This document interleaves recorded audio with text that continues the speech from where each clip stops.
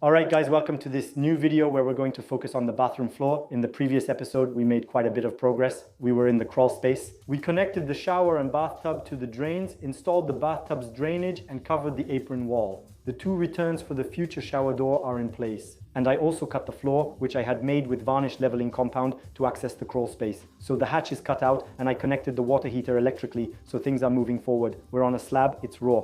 There are differences in level, there are flaws everywhere. So for that, we're normally going to make a screed. Cement mortar, so either you go get sand and cement and make your own mix, or you buy bags of mortar directly. And we're going to make up for the difference in level, and that will hide all the flaws. The finished floor is the shower tray, and the house floor, the installation of the shower tray. The link is in the description as I explained how I based it on the house floor. Here, I gave you a quick explanation and discussed mortar, sand, and cement. You can mix your own screed or buy mortar bags, which cost 4 to 5 euros each. In my case, to do the bathroom and the hallway, I would need about 20 bags, so roughly a 100 euro budget. That's manageable, but here I'm going to show you the budget. It's going to cost me 4 times more. Since I'm going to lay polystyrene panels on the floor, so basically a mortar screed, these are ready to tile panels that are 30 mm thick. Now you might ask, what's the point of doing this? Why does it cost so much? First, there's the panel cost, plus I need to pour leveling compound. Because this type of panel can't be installed on uneven surfaces, I need an ultra flat area, which will be expensive. So why am I doing it? Well, I ordered 30 mm panels for a client because we had a bathroom and toilet job in a 60-year-old house where none of the walls were straight or square. And he told us, no, I don't want to break the partitions, so I placed a special order for 30 mm panels. We had about 30 mm from point A to B, so we had to fix the walls with glue, tiles, or plaster. It's a special order and can't be returned or exchanged. It's ordered, so I can't return them. A week later, he calls and admits we were right about the partitions breaking. But by then, I had already ordered the panels.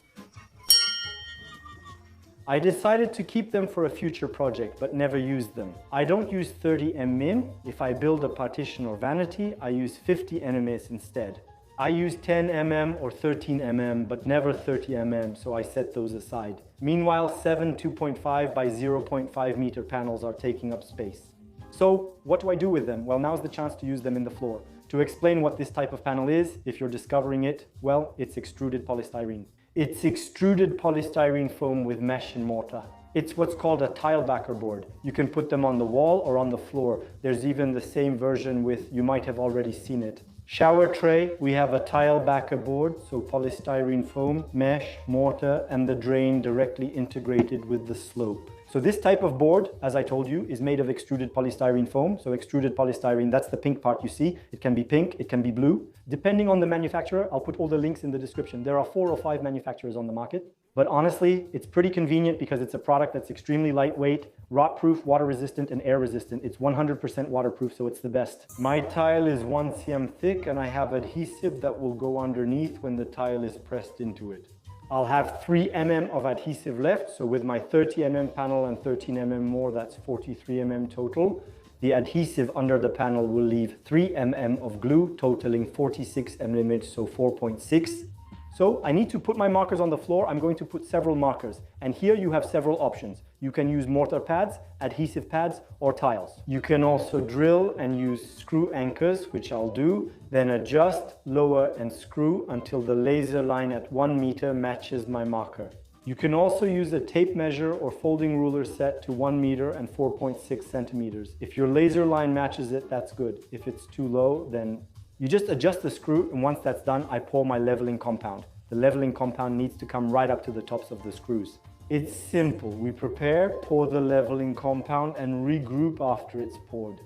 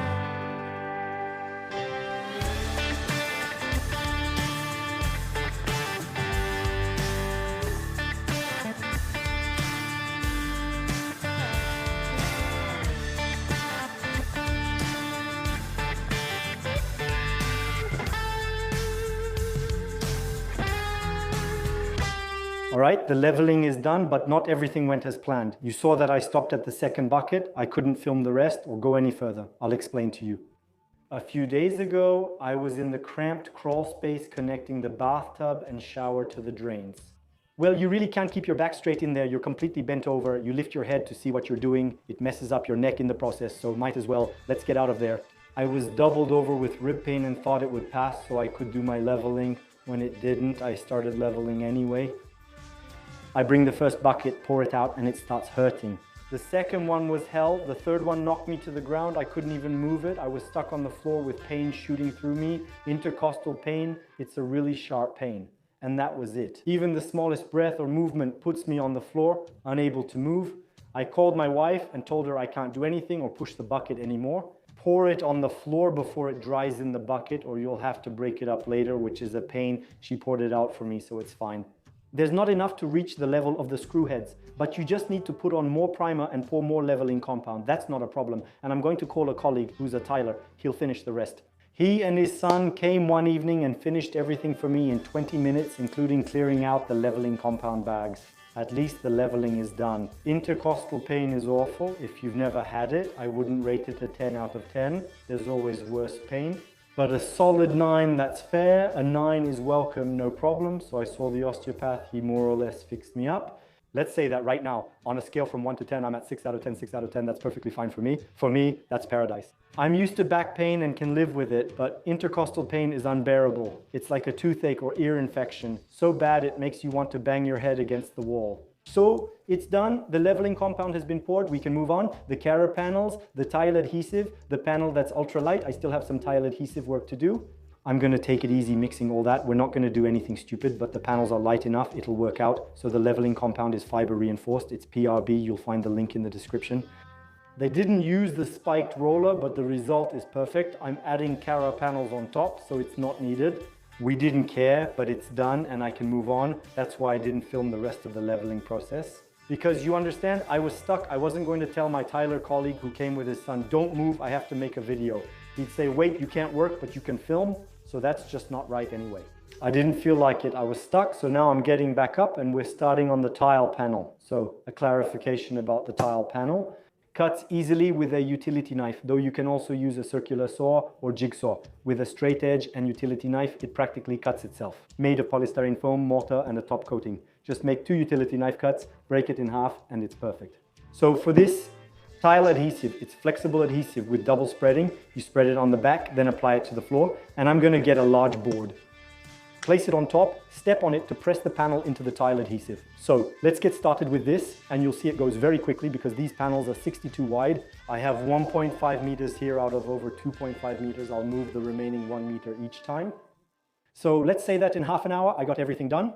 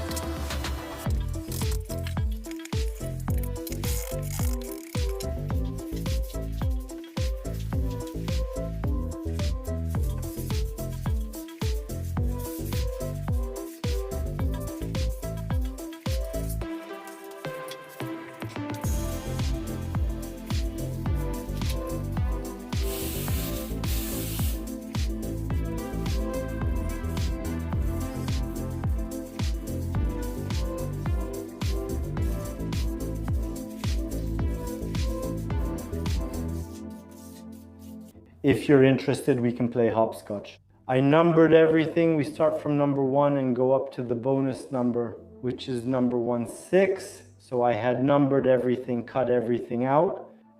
Before putting that in the glue, of course, otherwise we can do it as we go, but putting it in the glue all at once isn't great.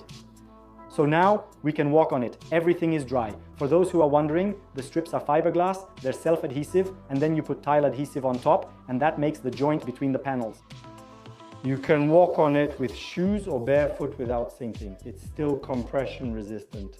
However, if your child comes back from soccer with cleats on, it might not hold up. So there you go. That's why here in this area, the closet and the hallway, I'm going to put in interlocking polyvinyl chloride tiles. In the meantime, there's an integrated underlayer that can absorb any small traces of glue that might seep out. I'll vacuum and scrape everything, especially this. Scrape and vacuum thoroughly. The underlayer hides minor flaws. After this, I'll redo the whole floor with matching tiles for a continuous look. But for now, click in polyvinyl chloride tiles. So it's not complicated. You cut it with a utility knife, you break it, you click it in, and it goes really fast. So we're going to do that right away. These tile panels are great for floors and install quickly. Leveling and prep take the most time. Once you have a perfectly flat floor, it installs itself a nice fluid adhesive to press the panel into the glue, and like I said, it basically does itself. If you have a wooden floor, this is ideal, but it must be perfectly flat, so fiber reinforced leveling works. And if you're interested, you can use scraps of drywall as markers. Since the tile is 13 mil 1 cm and 3 mil of adhesive, once the tile is set in the adhesive, that's what's left underneath, and here you can see that I'm flush. It's perfect. The mat will eventually go on the panel, but for now it stays here for waterproofing. We'll see about that later, so that's done. We're going to tackle the polyvinyl chloride dalant, and then we'll be finished. For this little video,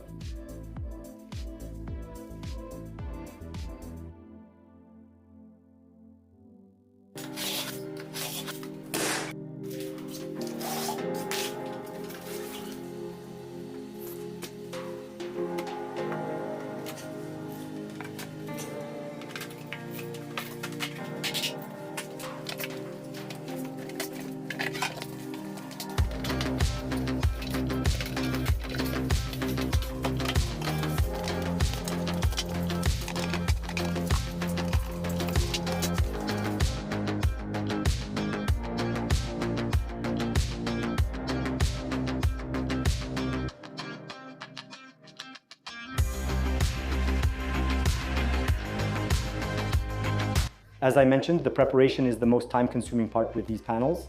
But whether you're on a wooden floor or on a concrete slab, if your floor is clean, you pour a leveling compound over it. It's extremely flat. You glue the panels with fluid adhesive and they can be cut with a utility knife. Just cut once with the utility knife, break it, then cut again to snap the fiber on the panel's back. That's it. You set the panel in the runny adhesive, put a board on top, stand on it to press, then repeat for the next panel. That's why I said it would take half an hour. It took me 40 minutes in total to glue the panels and to glue the tape, which is fiberglass with the adhesive on top. It goes really fast. And what if you're working on a wooden floor? Honestly, I think this is a very good alternative to lightweight screed. A lightweight screed is mortar with polystyrene beads. I think this is a very good alternative. Now, in terms of price, it's true that it costs a lot more, but on the other hand, it has great insulating power since it's made of extruded polystyrene foam. It also exists as panels without the mortar mesh, without the mortar and the mesh.